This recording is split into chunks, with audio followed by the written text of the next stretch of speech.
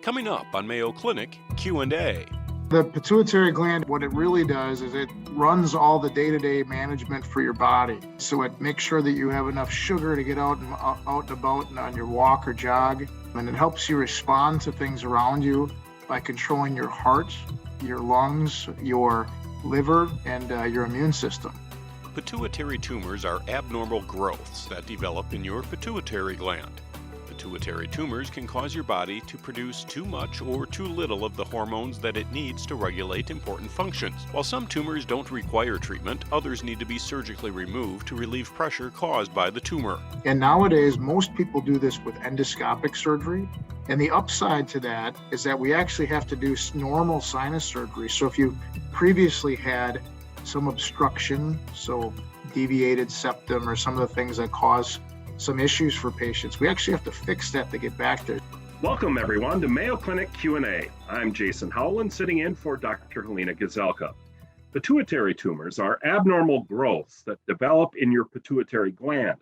Pituitary tumors can cause too much or too little of the hormones that regulate important functions of your body to be produced. Most pituitary tumors are noncancerous growths called adenomas, which remain in your pituitary gland or surrounding tissues and don't spread to other parts of your body. There are various options for treating pituitary tumors, including removing the tumor, controlling its growth, and managing your hormone levels with medication.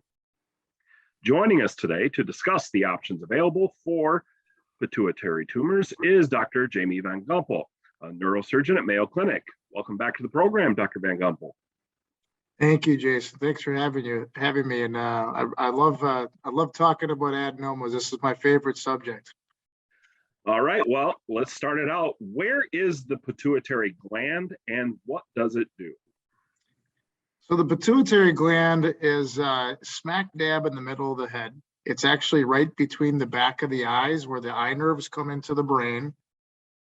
And it's kind of right above the top of the ear canal straight in. So where all that meets.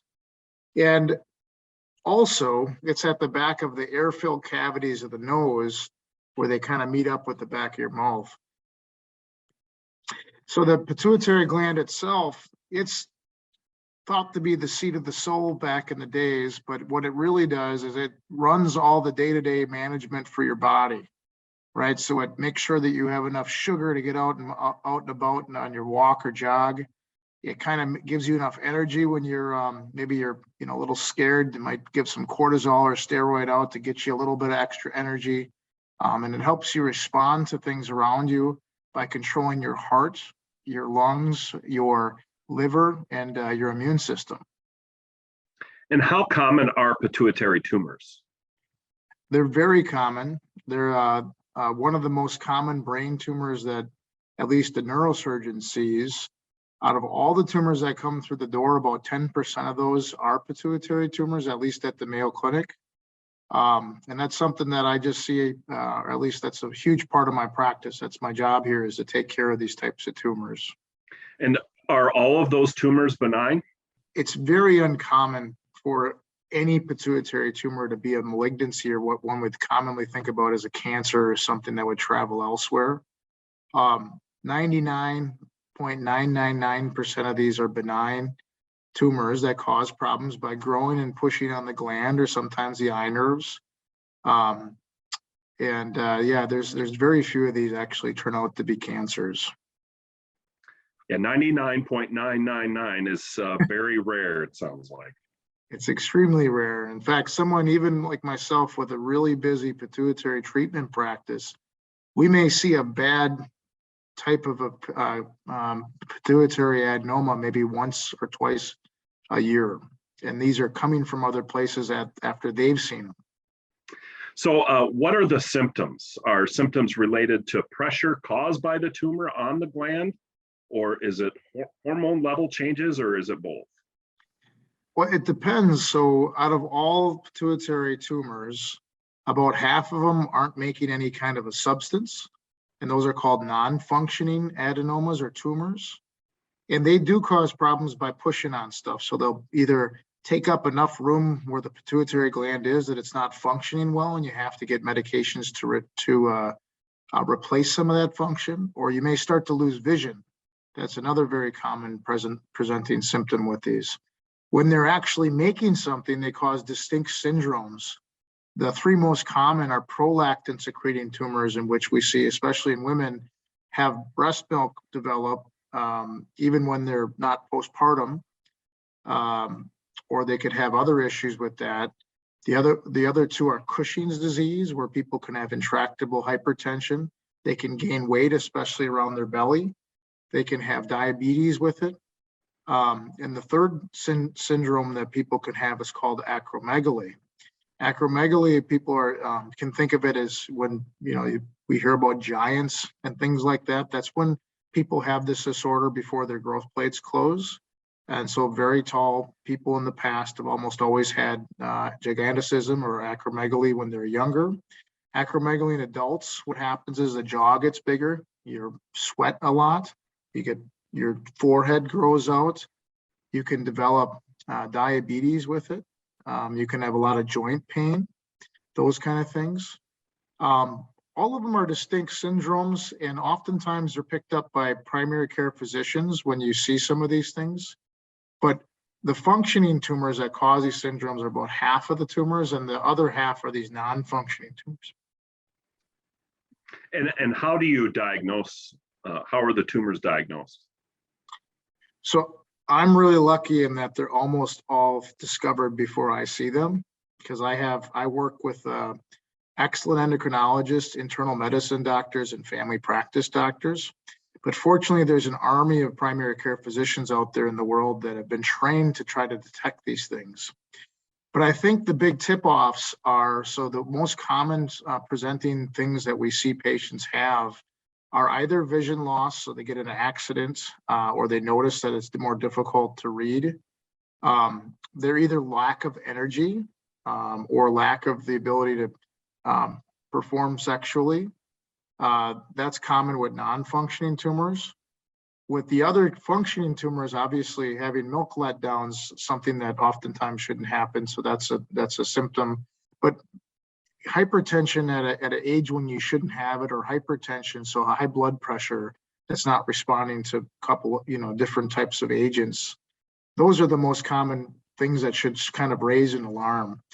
When they come to me, someone's done a workup and found out that something's wrong with the pituitary gland. That's an indication to get a picture of it, and most commonly that's done with an MRI.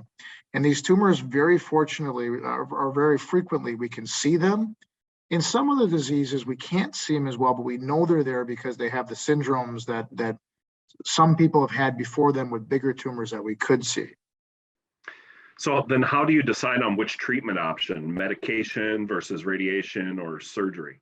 So for small tumors that aren't causing problems like reduction in pituitary function or not pushing on something, we commonly watch those tumors. For prolactin-secreting tumors, so that's a syndrome that causes breast milk, or in men it can reduce their people's sexual function. That can be treated with a medication. In the acromegaly and Cushing's disease patients, so these are functioning tumors, they do have some medical options, but they're not very good. We oftentimes resect those tumors or take them out to try to treat that disease. And then when patients do have surgery, what's recovery like after surgery? Yeah, people always really want to know what the experience is like. And fortunately, because it's such a common tumor, there's a lot of resources on the internet to reach out to people and understand what it's like. We do the best we can explaining it.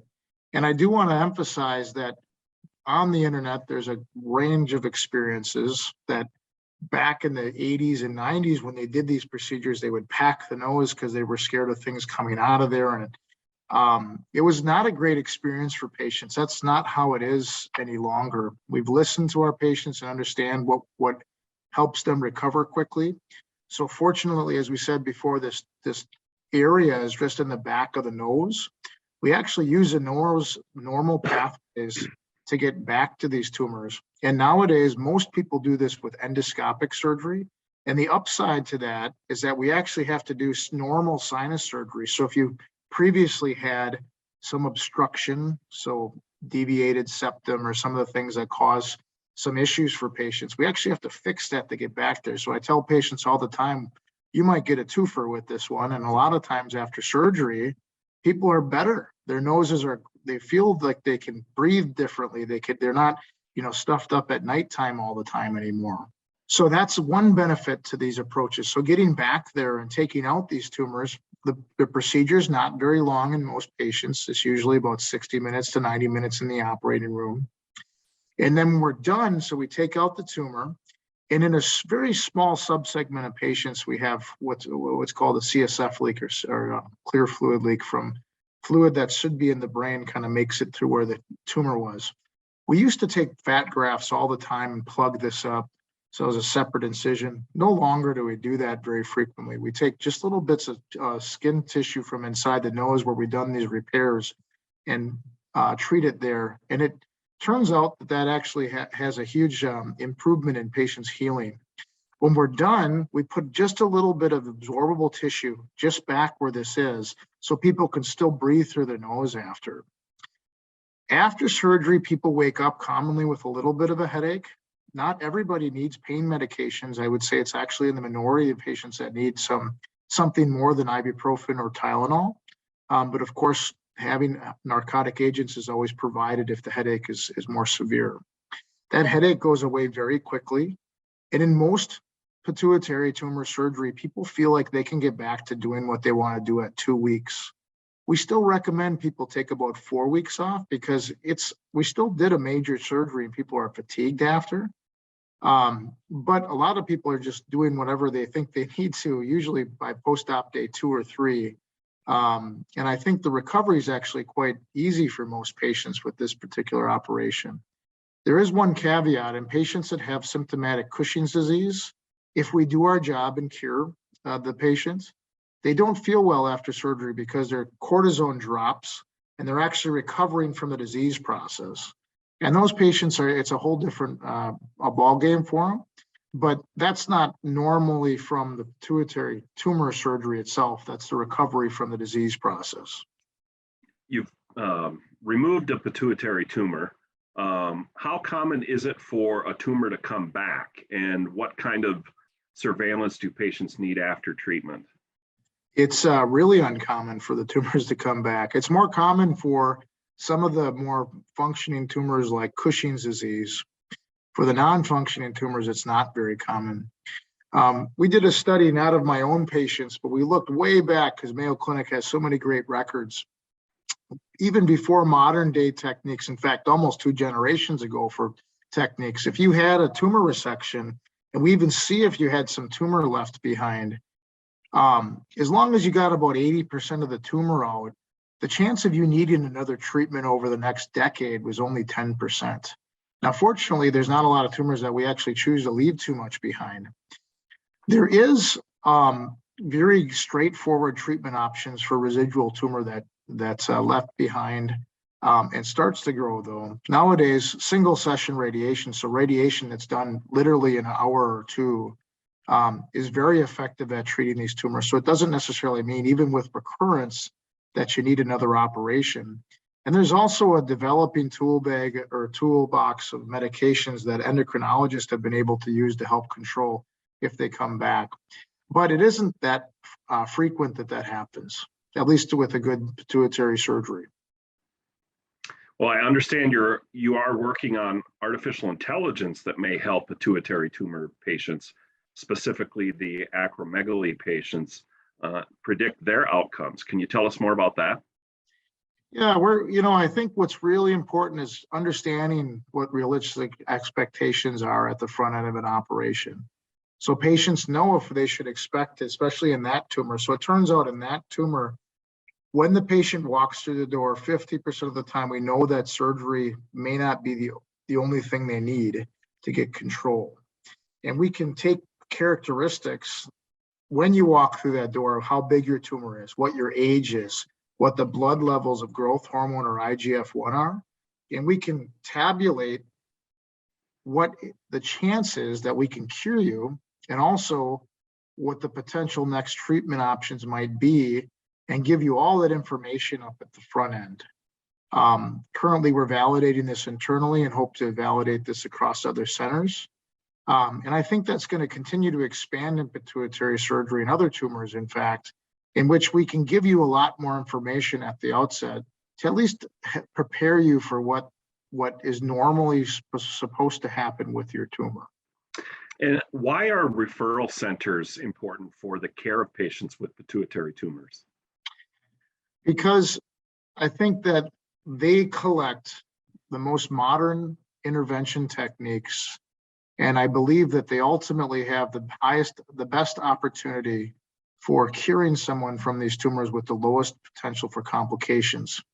I do think it's important to be in an environment that you have excellent colleagues, both in neuroradiology, because the imaging matters. So in certain tumors, if we can see it in some images you can't sometimes, if we can talk to our neuroradiologists and say, hey, find this thing for us, and they can tell us with confidence where it is, that might be with 7T MRIs. We're opening a PET study this coming spring that might help us find these small tumors in patients. We are eminently more effective at curing patients, and we're also way better at avoiding secondary side effects.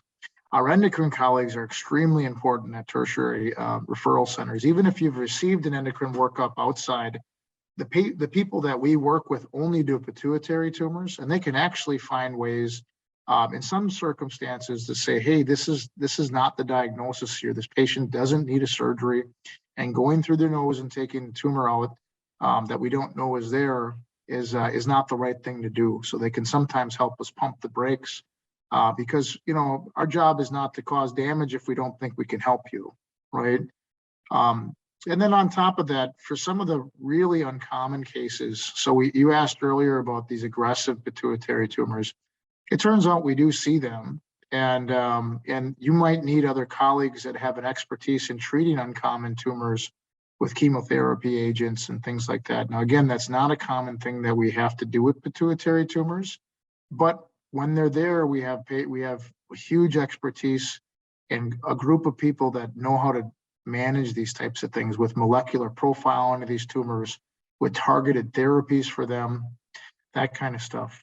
Well, I think you sort of answered this question already, but what does Mayo Clinic offer that makes it unique for pituitary tumors?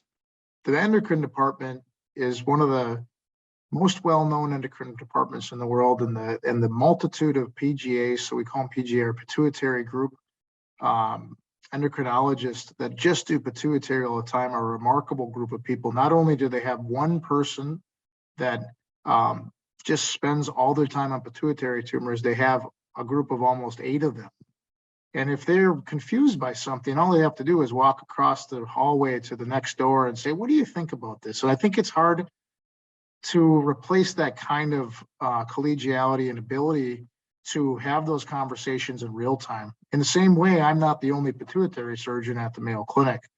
So I have a couple of other colleagues that I can talk to say, hey, you know, this is a little odd.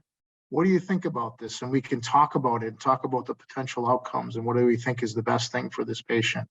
And there's not a lot of centers across the world that can say they can do things like that. Oftentimes when you go to even a referral pituitary center, there's one surgeon and maybe one endocrine specialist. Here with such a large group of people, it's very helpful to be able to treat, especially very difficult cases. In addition to that, we have a lot of resources at the Mayo Clinic that a lot of places don't have, like 7T MRIs, which have been helpful for identifying small tumors or understanding cavernous sinus invasion. PET studies that would help us find tumors that maybe are very hard to find.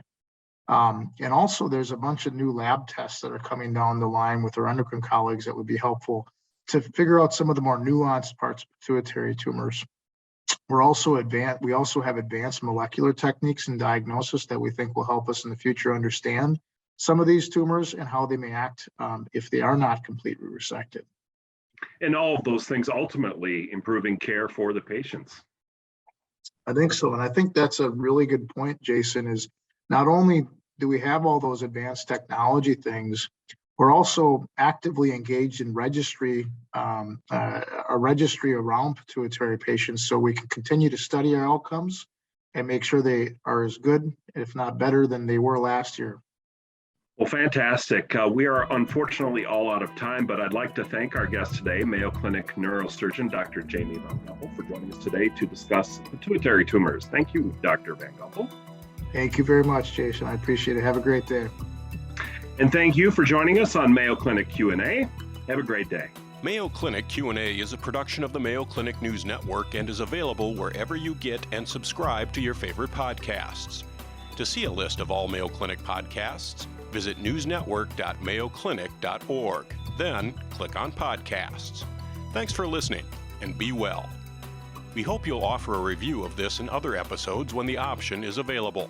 Comments and questions can also be sent to Mayo Clinic News Network at mayo.edu.